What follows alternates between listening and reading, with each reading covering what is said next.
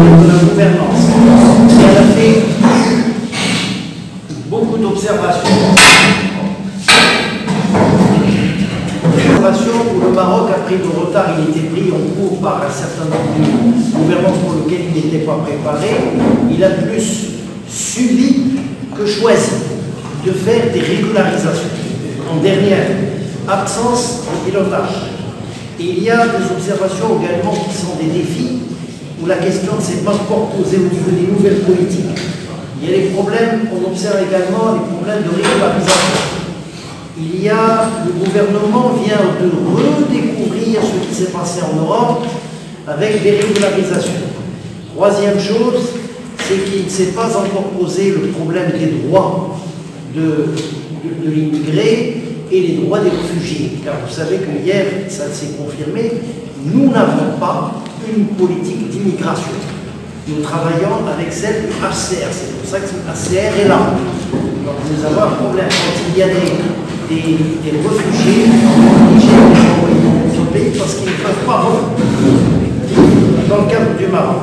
Et le Maroc a ratifié pourtant toutes les conventions de l'Afrique et donc le Maroc a pris l'initiative, par exemple, la création de l'Observatoire au niveau de l'Afrique du mois de janvier, 31 janvier 2017, vous vous rappelez, dans l'agenda politique au niveau de l'Afrique, mais en conclusion, dit le professeur Sana Ali, c'est que le Maroc n'a aucune stratégie, aucune politique, aucune gouvernabilité d'une politique migratoire au Maroc.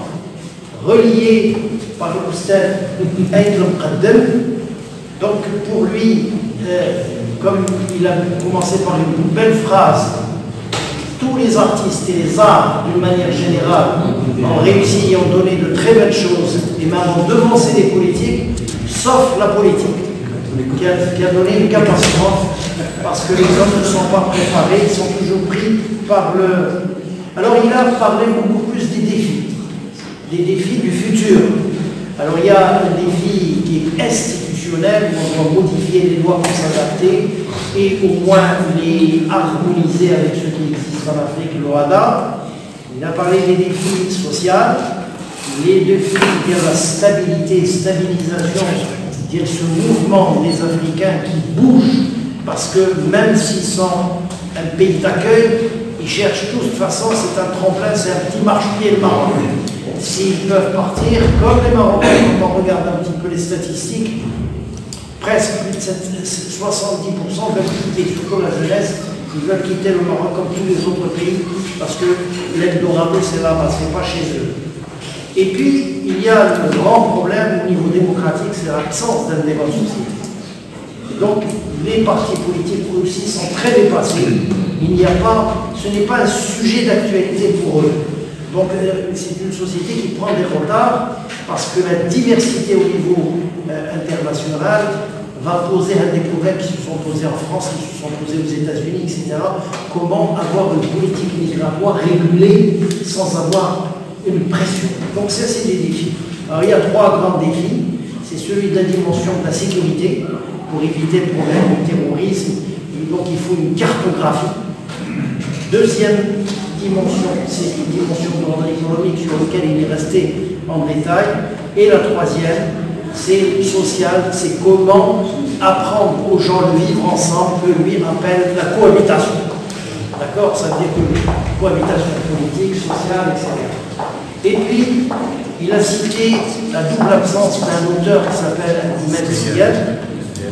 Et finalement, en conclusion, il nous dit ceci devrait être réfléchi avec l'ensemble de la société au niveau politique pour avoir un projet sociétal ou un projet de société dans lequel les Africains devraient être intégrés pour relever ces défis. La transition est faite parce que le sujet suivant, c'est la migration à l'épreuve de la régionalisation avancée.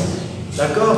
Alors, Oustad, c'est, je disais le nom d'Oustad Samir Hamdaoui, le professeur Samir Hamdaoui.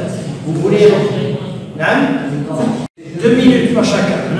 Je remercie ces jeunes filles étudiantes qui me facilitent un peu ce travail. Et je crois que toutes les interventions depuis ce matin, ils se sont portées sur la bonne gouvernance en fait de l'immigration, l'arsenal juridique, tout ce que vous avez dit. Néanmoins, si je me mets à la place d'un migrant, je ne vois pas les choses de la même manière que vous.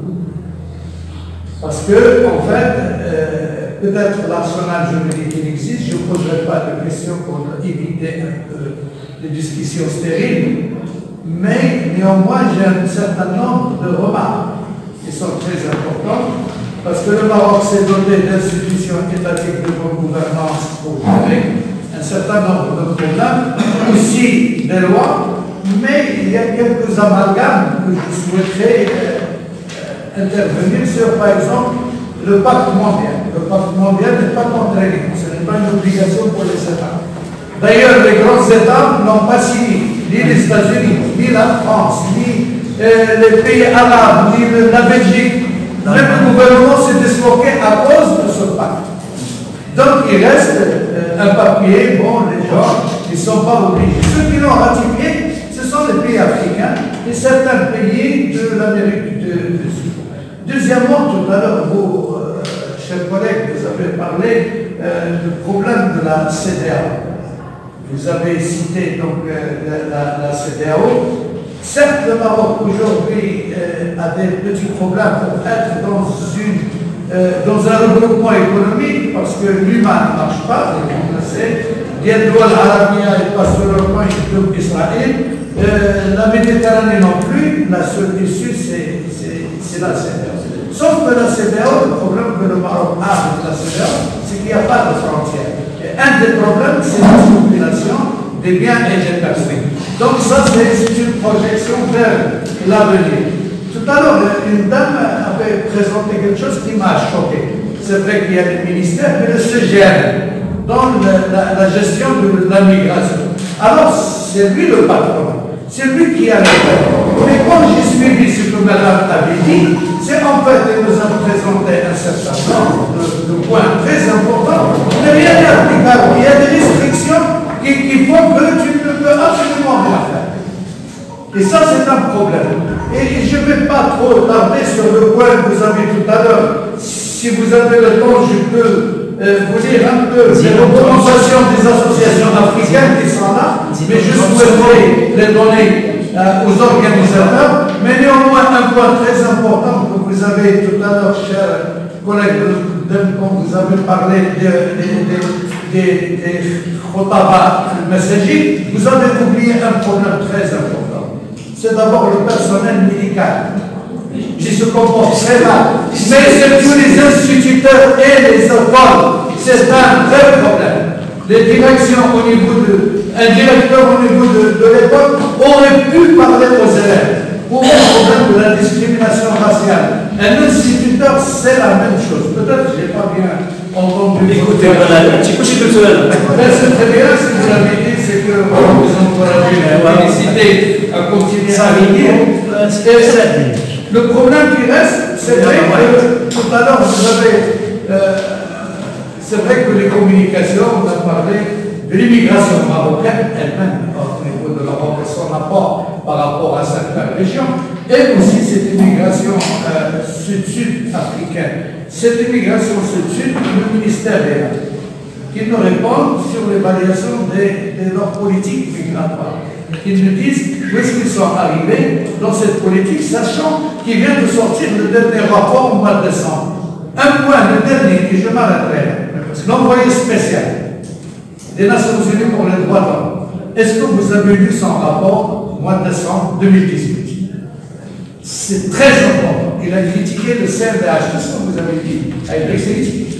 Il a critiqué le comportement du ministère. Nous, tous, sans exception, se basant sur une discussion qu'il a eue avec tous les migrants qui se trouvent au Maroc. Même pas le rapport, juste le compte rendu du pape quand il a rencontré les migrants, que ce soit dans l'église, les rapports de Caritas et de certains trucs, C'est tout à fait le contraire de ce que nous sommes en train de dire aujourd'hui. Merci. Intervenants sur le travail pertinent qu'ils ont présenté et sur la pertinence aussi des thèmes qui ont été choisis, sans exception d'ailleurs. Alors, moi, ce qui a attiré mon attention, c'est que c'est une première d'abord intervention sur le côté migration dans la régionalisation avancée. Je crois que ça, c'est quelque chose sur lequel il faudrait que notre gouvernement, notre politique gouvernementale zoome davantage et les recommandations doivent aller beaucoup dans ce sens-là parce que c'est un projet qui est en train de se mettre en place et les solutions ne peuvent pas être au niveau central. Donc la politique marocaine est allée choisir la décentralisation, la déconcentration et donc la résolution de ces problèmes également doit suivre. Donc une cartographie des compétences de ces immigrés doit être connue, une répartition, etc. Mais à l'échelle nationale ou sur région. Mais je crois que la chose sur laquelle il faudrait insister, c'est qu'au niveau, il faudrait trouver les outils réglementaires, etc. pour imposer aux régions et à travers leurs conseils de réserver des fonds fléchés sur l'accompagnement des immigrés à l'échelle régionale. Parce que lorsqu'on analyse un peu les PDR, les projets de développement régionaux, moi j'ai vu un peu celui de du Grand Casablanca Stat autour de 63 milliards, à Marrakech à peu près 19 milliards, c'est des programmes quadriennaux, mais on ne trouve pas de sommes, de fonds qui doivent être réservés pour accompagner un petit quota, mais qui soit là, il faut qu'il soit voté par les élus pour les responsabiliser sur leur intégration. Puis après, j'ai vu Madame Saber et puis la jeune enseignante aussi de Casablanca qui ont parlé de l'entrepreneuriat des jeunes et la promotion. Ça tombe à point nommé puisque maintenant, Sa Majesté le Roi avait poussé dans ce sens-là et qu'il y a des conventions nouvelles sur les modalités d'octroi des crédits pour les jeunes promoteurs, etc. Sachant que le taux de chômage, chez nous déjà, ça pose problème. Donc, parce que le taux de chômage, il est bien sûr au-dessous de la barre de 9%, mais de 10%, mais pour la classe des jeunes entre 20 et 30 ans, c'est au-delà de 25%. Donc c'est une problématique déjà qui est nationale pour nos jeunes, mais il faudrait aussi trouver peut-être un quota pour améliorer la situation des immigrés, notamment à travers des petits microcrédits. Donc il faudrait que cette vision aussi soit inclue cette catégorie, mais il faudrait la généraliser et l'imposer dans l'accompagnement de la régionalisation. Merci monsieur. Intervention pour le travail qu'il fait. J'ai seulement une petite question. Une grande question.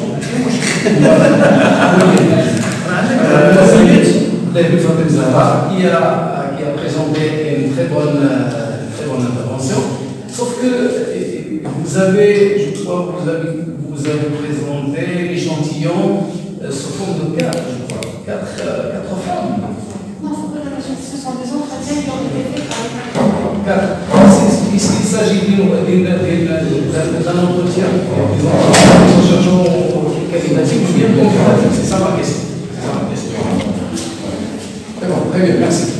Voilà, alors donc chez vous êtes enseignants, vous êtes bavardes comme moi. Bon, félicitations à tous les intervenants, mais moi je vais seulement soulever une petite question que j'avais déjà un peu entendu mon voisin. Cette question de la décentralisation, effectivement, est très importante. Seulement pour souligner, mais après, si quelqu'un veut un peu savoir, je peux un peu plus informer.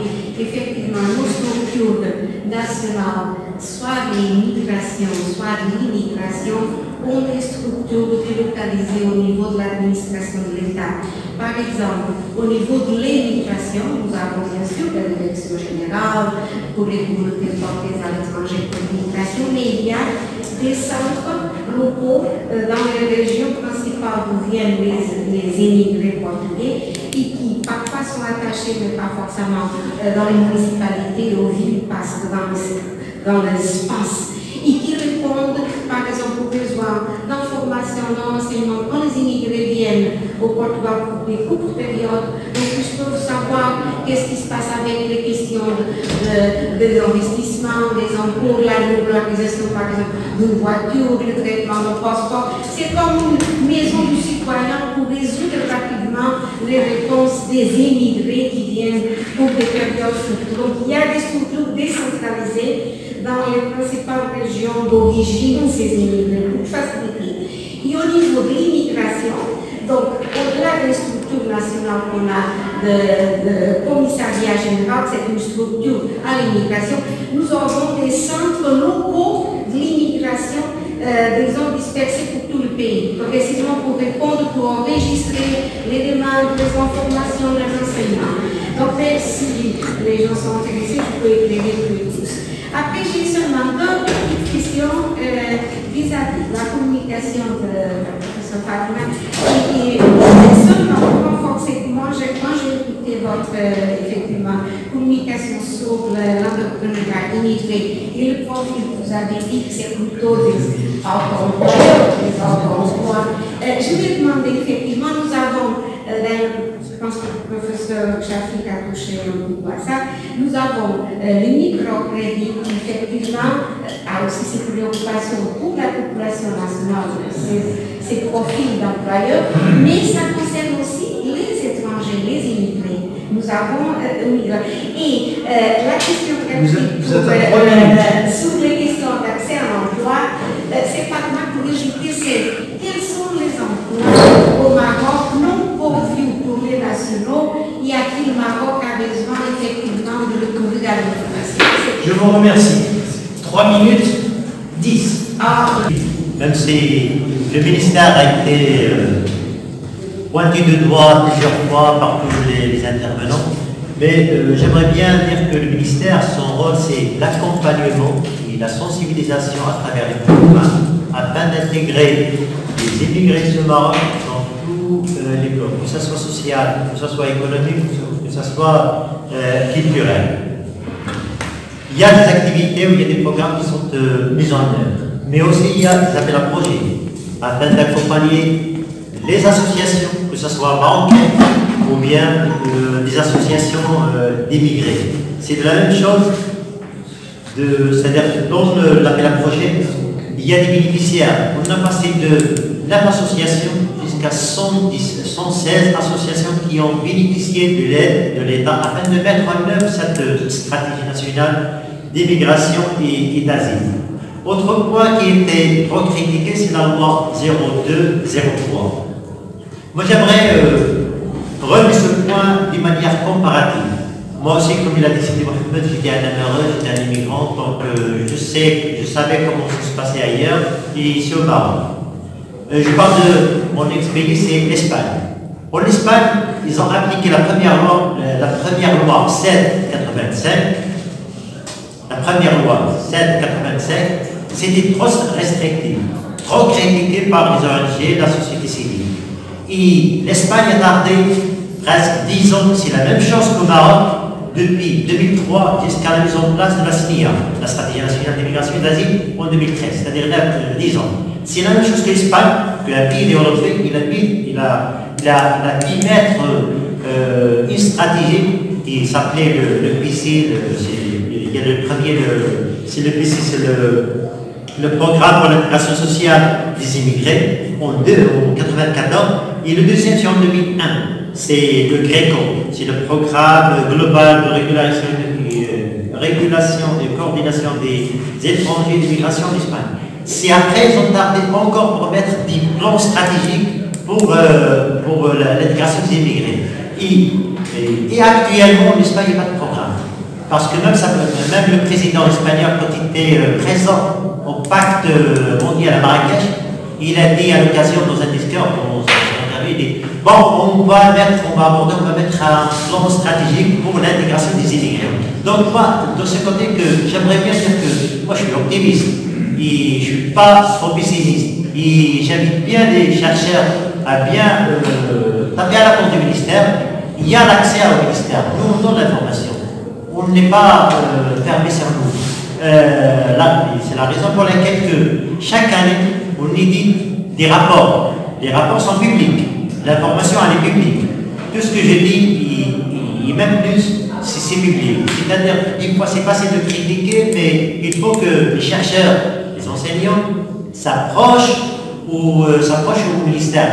Ils verront que toute l'information est publique. Merci beaucoup. Quelques minutes.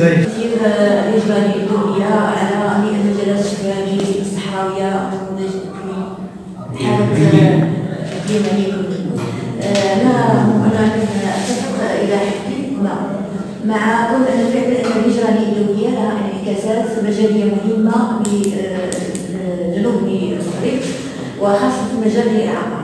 كلنا نعرف أن هناك سطح وتنافس للمهاجرين على استعمال المجال فيما يخص صنيع السكن.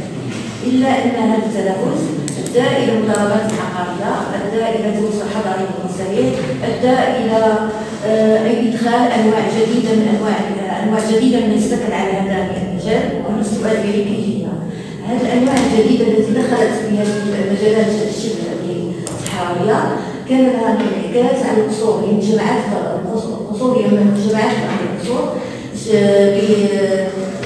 قلت بأن السؤال ديالي هو كيف، لأن هذه الأنواع السكن الجديدة أدخلت أشكال هندسية جديدة، خلقت تفاوت طبقية داخل هذه المجتمعات القصورية، غيرت في العادات والتقاليد في هذه المجتمعات.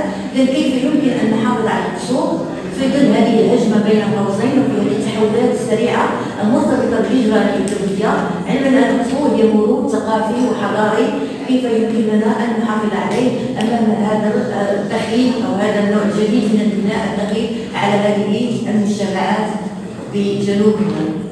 شكرا.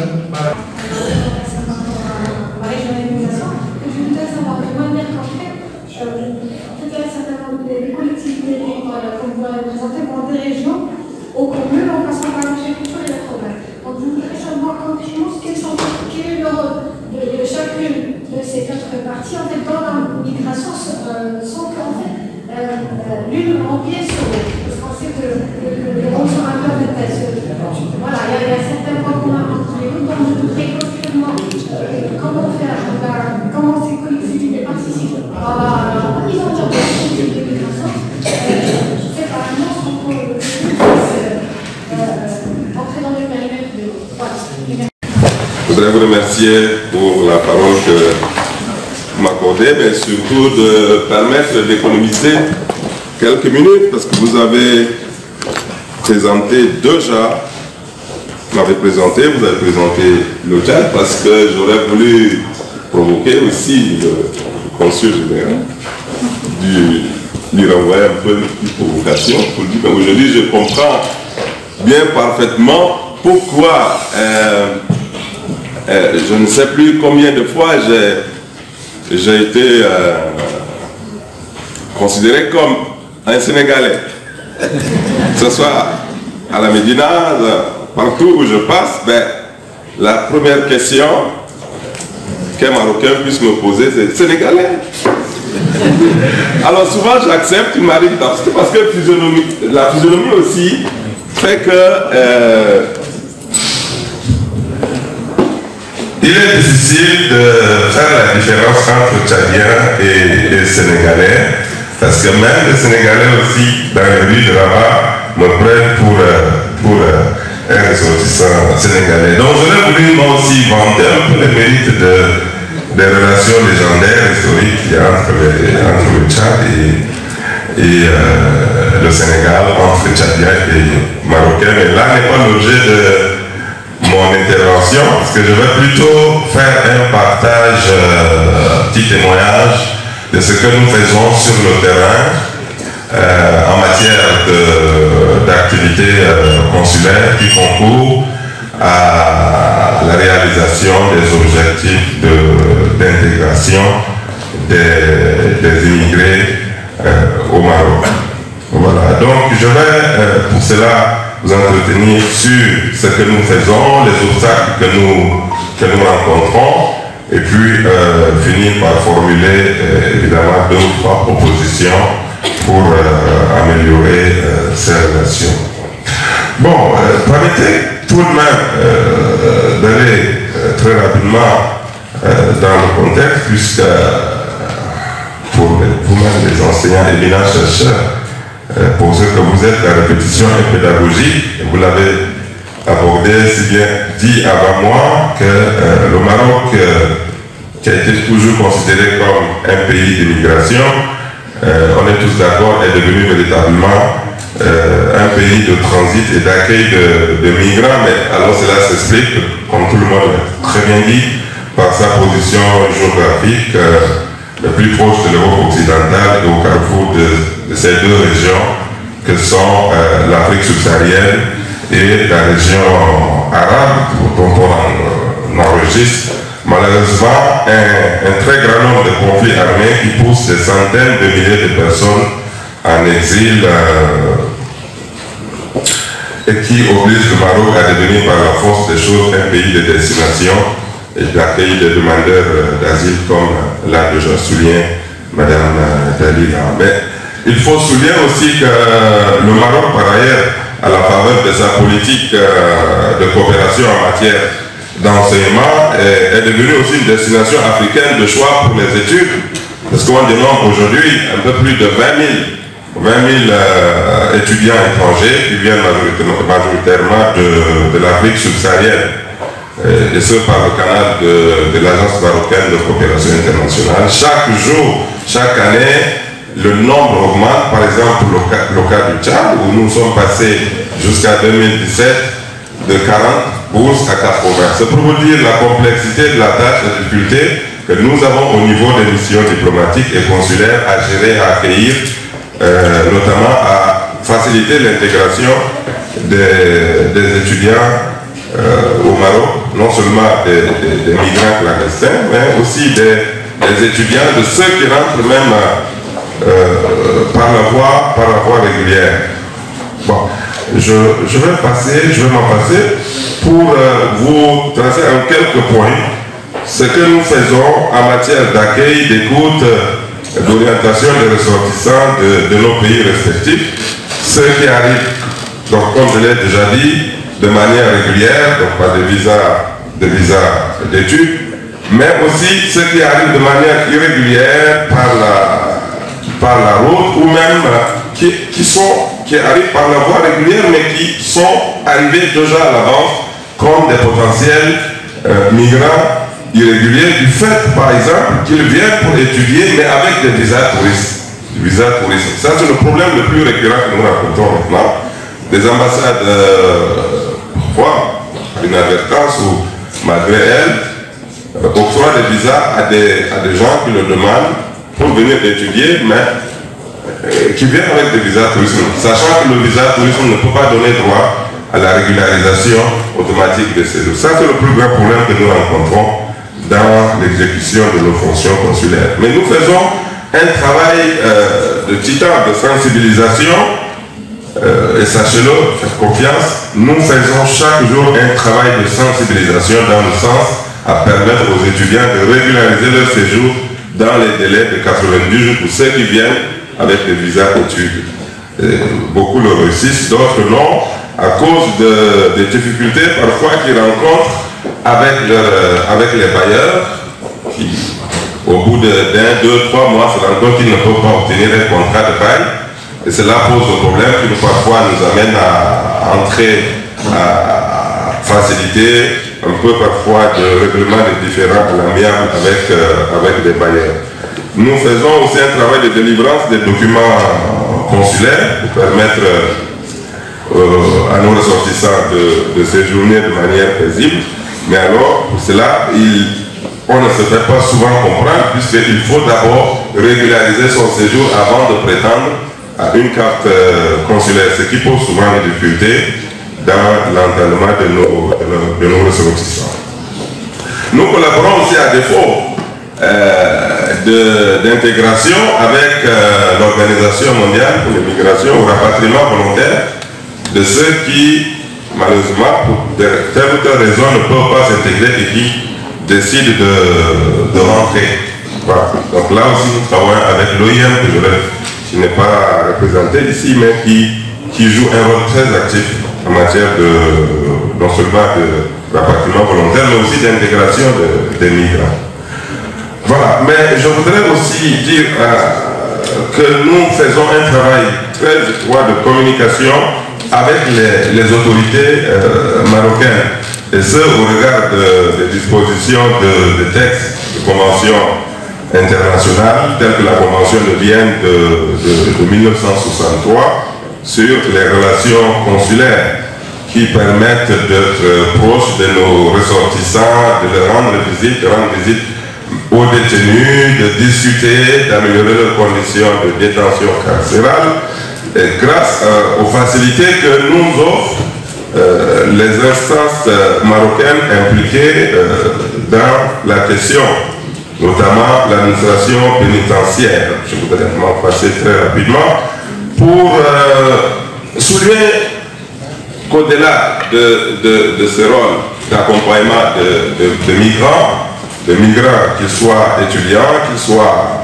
en situation irrégulière, en réalité, mesdames et messieurs, les chefs de missions diplomatiques et consulaires africaines, je crois que la question a été déjà dite, ont apporté un soutien de taille à l'agenda africain sur la migration, qui est une vision, cela a été dit, une vision du royaume présentée à l'occasion du 30e sommet de l'Union africaine, et dont l'approche, évidemment, est de faire de la migration un levier du co-développement, un pilier de coopération sud-sud, mais finalement un vecteur de solidarité et d'intégration.